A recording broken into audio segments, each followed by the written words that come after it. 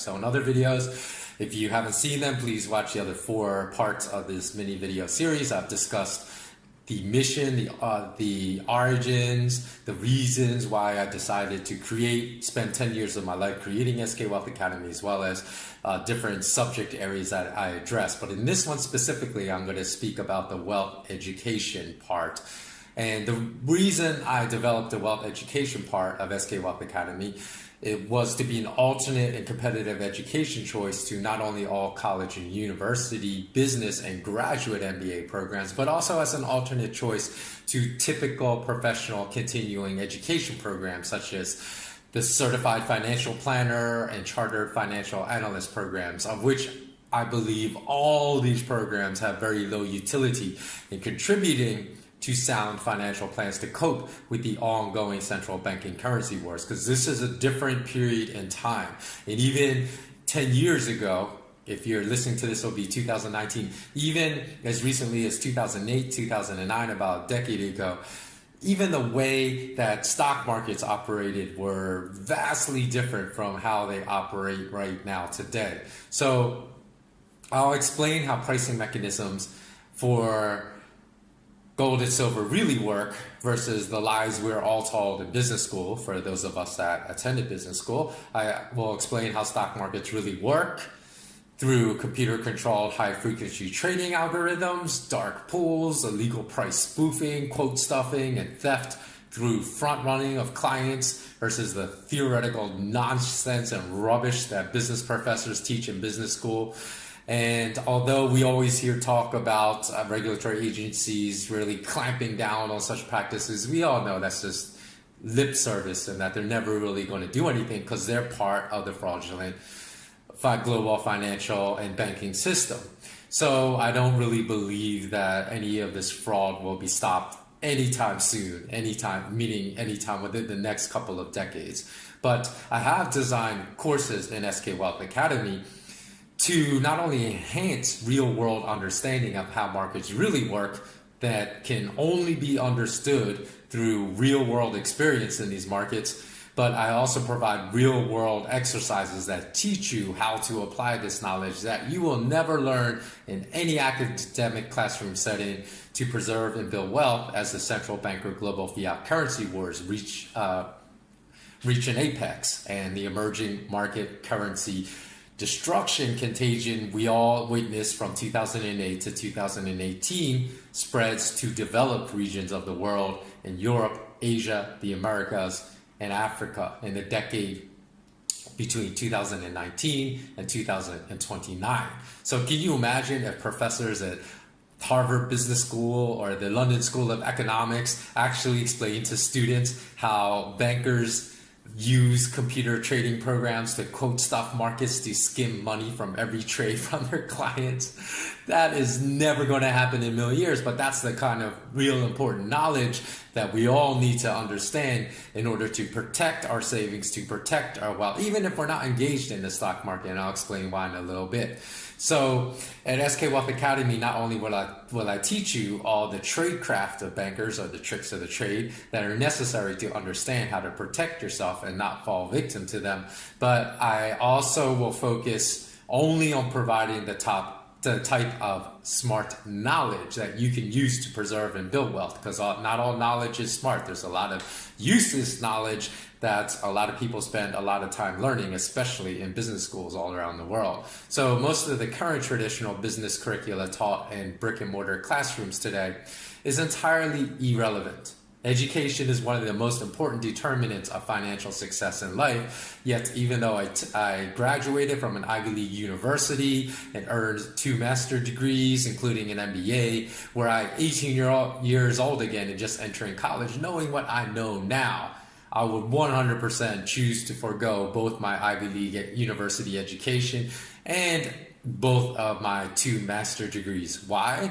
Well, today academics has devolved into much more of a business and a social conditioning lab experiment designed to keep all of us ignorant of real world constructs and actually how to use these real world constructs to improve our lives versus being an academic lab versus being an education lab, which I feel it should be, that produces sharp thinking educated young men and women. So obviously it was like that when I went to school too. So that's the reason why I said I would have totally foregone school and just pursued self-education. So, I designed the wealth building courses of Smart Wealth Academy to return education back to academics. Although that almost sounds like an oxymoron, I believe a lot of education has been completely stripped out of academics, and to return it to a purpose that it has not served in over a century, and that is preparing young men and young women, boys and girls at the grade school level, and adult men and adult women that are at the graduate level. And even if you have graduated and completed all of the academic degrees that you're ever going to pursue, my academy will still apply to you, because I'm providing all the requisite knowledge necessary to understand, cope with, and prosper from the extreme socioeconomic paradigm shifts we are experiencing today and have experienced for the prior decade. So I believe that's a mission that traditional academics miserably fails to accomplish. And today, my understanding of how financial markets actually operate is so superior to my level of understanding at the time I earned my MBA that I really view my MBA not only as a complete waste of time, energy, and money, but it was worse than that. If there's a level lower than that, because it actually filled my brain with all these false concepts of how markets operate that were not true, that I actually had to kill my ego, get rid of the fact that I graduated from Ivy League University, get rid of the fact that I had 2 master's degrees, and kill my ego in that sense, because a lot of people, conflate academic degree achievement with intellect, where there's really very little correlation between those two. So I had to kill my ego in order to realize, okay, despite all my academic pedigree, I really have no idea how the real business world, the real monetary world, the real banking world, the real investment world, the real estate world actually works. So I had to deprogram myself, and I had to waste years of my life deprogramming myself from the ridiculous garbage I learned in my MBA program, and to rid myself of the inflexible mindset that my professors had programmed into me before I even was capable of absorbing the truths that I pass on to my academy. So don't worry, it won't take you years to get rid of that mindset if you've pursued high academic degrees, because I make 2 courses, prerequisite courses, one about cognitive dissonance and confirmation bias, another one about finding your life purpose, before you can do any of these financial wealth building related courses, because those 2 courses will rid yourself, because I provide exercises, real world exercises, to rid yourself of any of the brainwashing and social conditioning that may have happened during our academic career. So the dirty secret of the business academic world is that all economic theory, marketing theory, accounting theory, statistical models have extremely low utility in contributing to financial success later in life, although they want you to believe the exact opposite. And this wrong belief certainly helps to provide for the multi-million-dollar salaries of top university presidents today. For example, the median earnings of alumni from my alma mater, the University of Pennsylvania, was reported at $78,000 a year in 2015. It's 2019, so if you properly adjust that for inflation, it's at least well over $100,000 now. But comparatively speaking, even as far back as 2014, the University of Pennsylvania president, Amy Gutman, I'm not sure how you pronounce her last name, raked in over $2.8 million in salary, or about 36 times the median earning of a Penn graduate. And these huge salaries are paid out to university presidents all around the world at top universities, despite the fact that nearly all university business programs they flat out refuse to reveal any relevant knowledge about the inner workings and mechanisms of asset prices and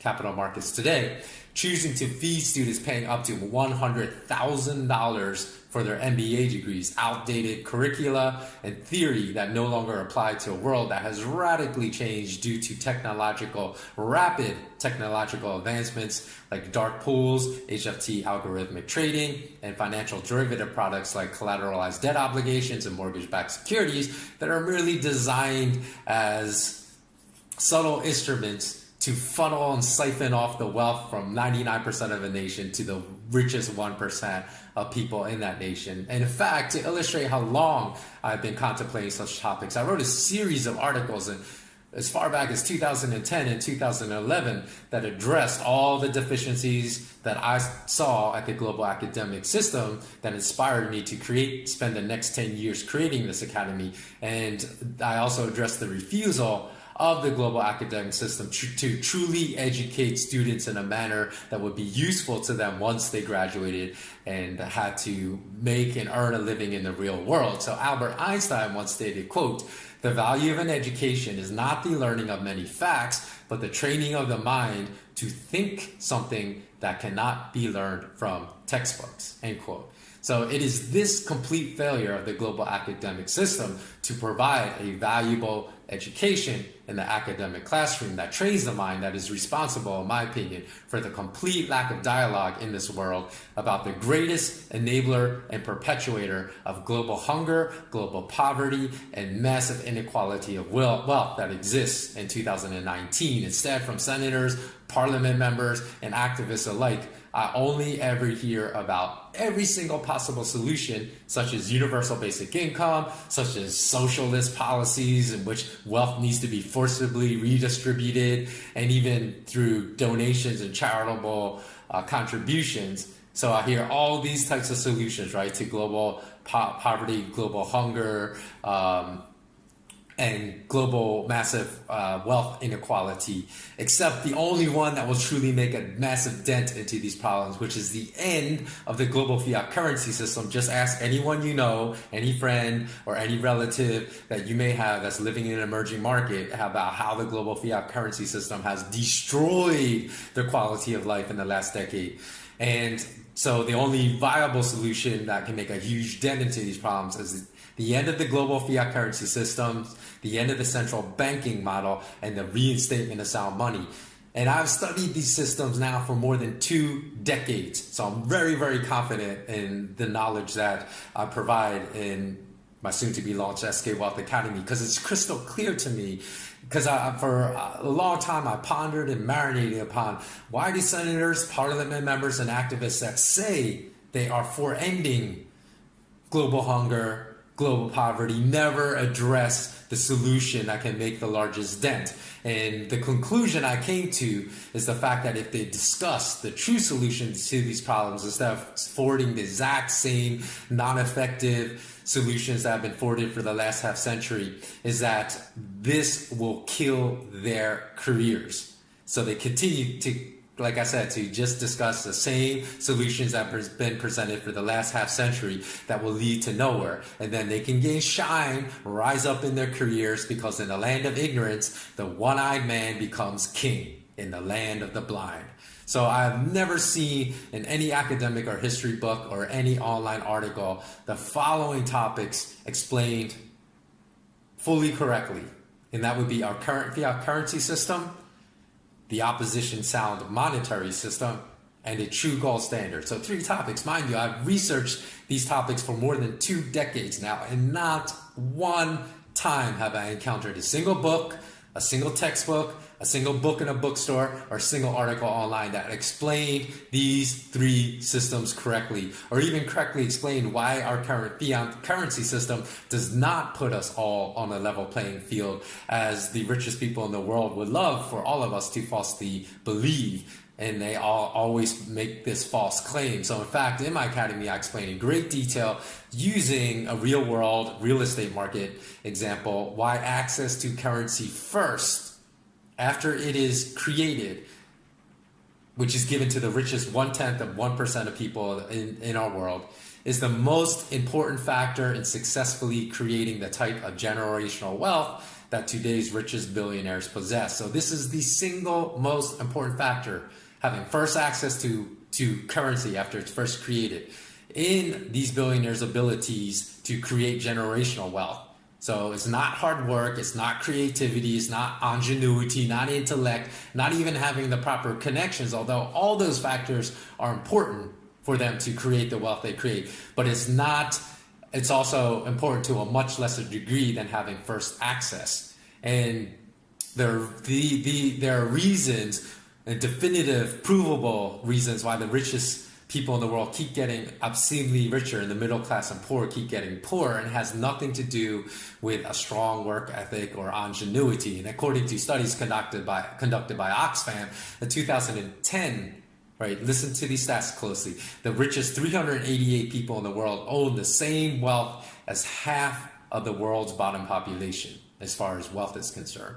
But just 5 years later, that 388 number had shrunk to just 80 people owning the same wealth as the bottom half of the world. But by 2017, that number shrank to just 8.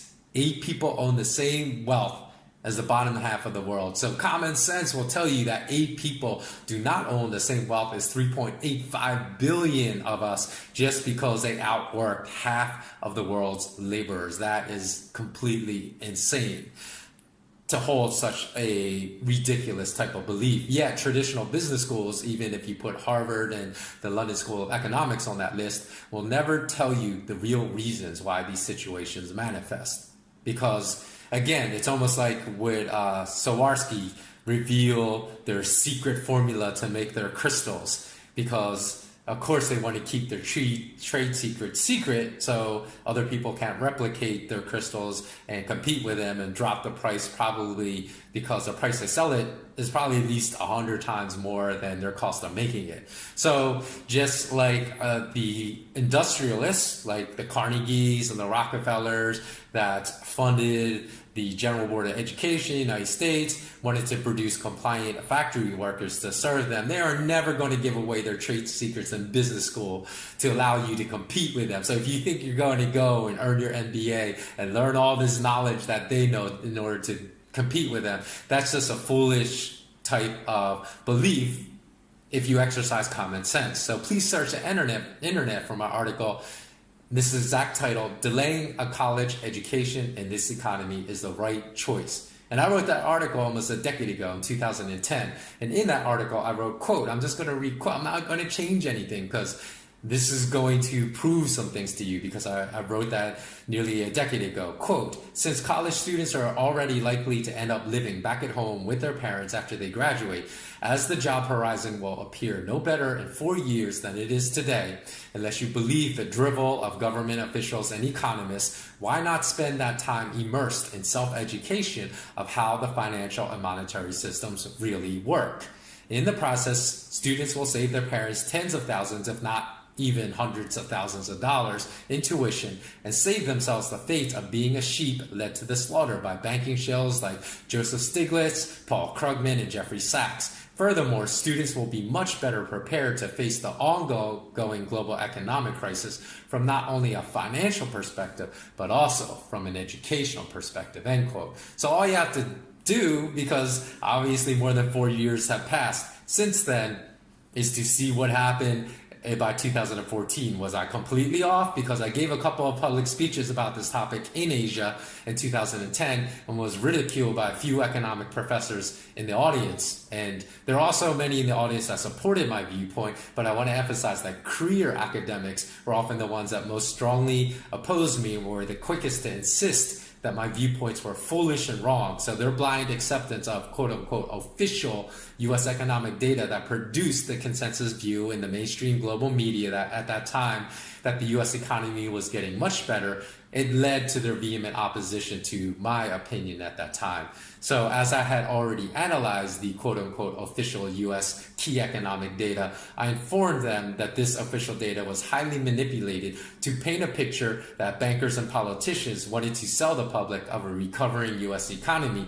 But I even offered to explain to them why those statistics were completely fraudulent and how they were manipulated away from any version of reality. But instead of having any interest in my non-consensus view, these professors only told me that they believe my views were very dangerous, because they said, oh, you might actually be able to convince young, impressionable students to delay college for 4 years and prevent them from entering, in their words, one of the best job markets in history, end quote. Because I believe that the US economy was recovering, and as the US economy goes, as kind of a leader of the global economy, they believed that it would also produce one of the best economies in Southeast Asia. So they didn't want any student listening to me. But if we then move forward, in the speeches I gave, I wasn't saying young students of college entrance age should just not go to school and just go work some menial job.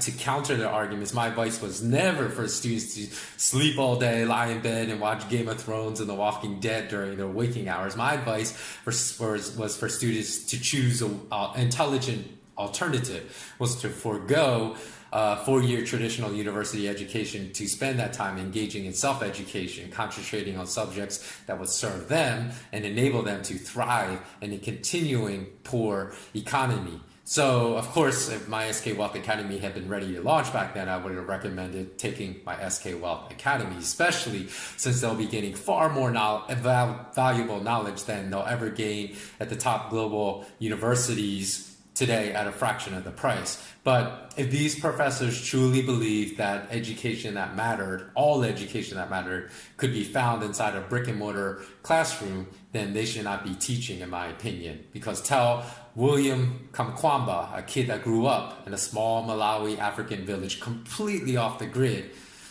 who built 3 windmills by collecting adhesive from blue gum trees in his village and foraging public dumpsters for PVC tubes, car and bicycle parts.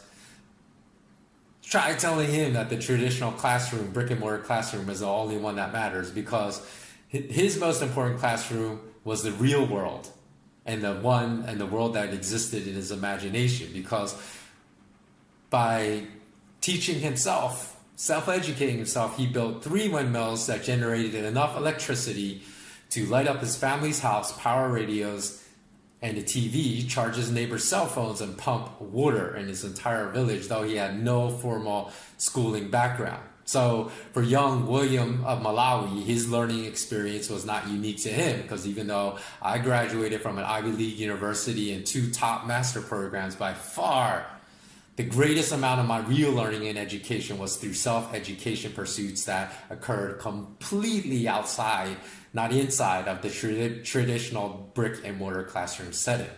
So again, I'll have an announcement soon on this channel about a website that will contain all the information about my soon to launch academy. So please stay tuned.